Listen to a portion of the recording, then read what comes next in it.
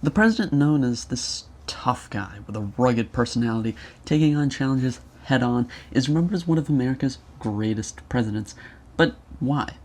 Look, I love Theodore Roosevelt. I actually was him for Halloween like 10 years ago, and I greatly respect the two major laws he signed, but the Brownsville Affair was one of the most embarrassing aspects of U.S. history, not as much from a war foreign policy side, but from a domestic policy side of things. The Moroccan Crises were a sharp conflict, particularly in Europe over control of Morocco, but Theodore Roosevelt did get the United States involved. Having taken office in 1901 after the assassination of William McKinley, Theodore Roosevelt is one of America's favorite presidents, but let's dig into what he actually got up to. But before we go further, if you haven't yet, and you've been enjoying my US history content recently, please consider subscribing to the channel, trying to reach 100 subs. If you already have, thank you, welcome back. Thank you for continued support. Now let's jump into it. The Federal Meat Inspection Act was a law passed in 1906 that made sure meat was processed safely and cleanly in the United States.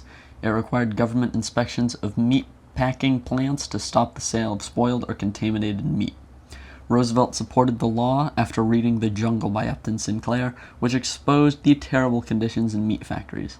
Roosevelt believed the government had a duty to protect public health and pushed Congress to pass the act quickly. This law was important because it made food safer for Americans and showed that the federal government could take in action to protect consumers. As for the Pure Food and Drug Act, Teddy also passed it in 1906, and it was another major law. It stopped companies from selling unsafe or falsely labeled food and medicine. It required honest labels on products and banned dangerous ingredients from being hidden in food or drugs. Roosevelt supported the act because he believed businesses should not be allowed to trick or harm consumers just to make money. He pushed for the law after public outrage from the American people and other reports that showed how unsafe many products were. The Brownsville Affair was a terrible event in Roosevelt's term, where a group of black soldiers from the 25th Infantry Regiment were falsely accused of shooting and killing a white man in Brownsville, Texas. Although there was no real evidence linking the soldiers to the crime, the local white citizens demanded punishment. Roosevelt, instead of defending the soldiers' rights, dishonorably discharged all 167 black soldiers without a trial. This meant they lost their jobs, their pensions, and their honor, even though many had served in the nation's military bravely. Roosevelt's decision was harsh and unfair, especially since the soldiers were never given a chance to prove their innocence. The affair showed their deep racism that existed in the United States, even from leaders who claimed to support justice. Many African Americans were outraged, and the incident hurt Roosevelt's reputation with those communities.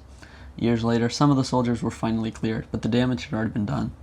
The Brownsville Affair was not just a tragedy for the soldiers, but also a failure of justice from the highest level of government. Finally, Roosevelt, on behalf of the nation, entered the Algeciras Conference to help keep peace between powerful European countries in an attempt to cool simmering tensions leading up to World War I. During this time period, the Moroccan Crises devastated Europe and Morocco, which were conflicts between France and Germany over control in Morocco, and they risked starting a major war. He offered to help mediate the crisis, showing that the U.S. could be a fair and powerful voice in international diplomacy. During his presidency, Roosevelt sent American delegates to the Algeciras Conference in Spain, where European countries met to discuss the future of Morocco. The U.S. supported France, but worked to find a compromise that would avoid war with Germany. Roosevelt's involvement showed that America was becoming a world power that could influence European affairs.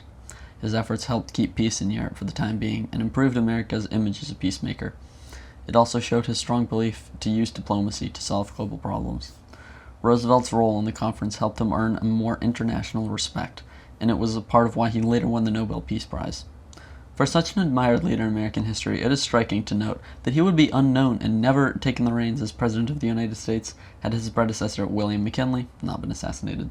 Click here to learn more about McKinley.